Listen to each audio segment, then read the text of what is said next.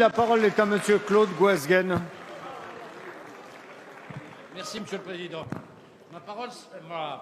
Ma question s'adresse au ministre des Affaires étrangères pour lui demander d'expliquer l'inexplicable.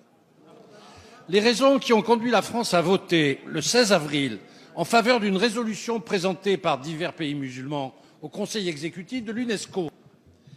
Ainsi, depuis le 16 avril, le monde du Temple à Jérusalem et d'autres édifices religieux juifs situés également à Jérusalem doivent être considérés comme des lieux saints exclusivement musulmans. Plusieurs questions, Monsieur le Ministre. De quel droit l'UNESCO, qui est chargée de la culture et qui d'ailleurs devrait s'en occuper davantage du côté de la Palestine avec les manifestations antisémites, de quel droit l'UNESCO décide de modifier l'histoire?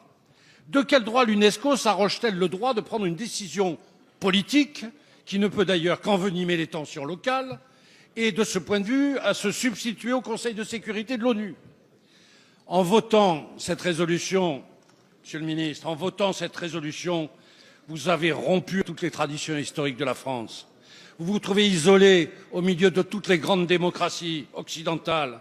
Et je n'ose imaginer les raisons économiques qui ont pu vous pousser à faire cet acte. Mais je vous dis, la France s'est déshonorée. Elle s'est déshonorée en participant à une opération de négationnisme culturel qui n'implique pas seulement Israël, mais l'ensemble de l'humanité. Monsieur le Ministre, le monde du Temple n'est pas seulement un des fondements de la culture juive, mais c'est aussi un des fondements de la culture chrétienne. Le monde du Temple est lié à l'histoire de l'humanité. Il est lié à toutes nos civilisations, sans exception.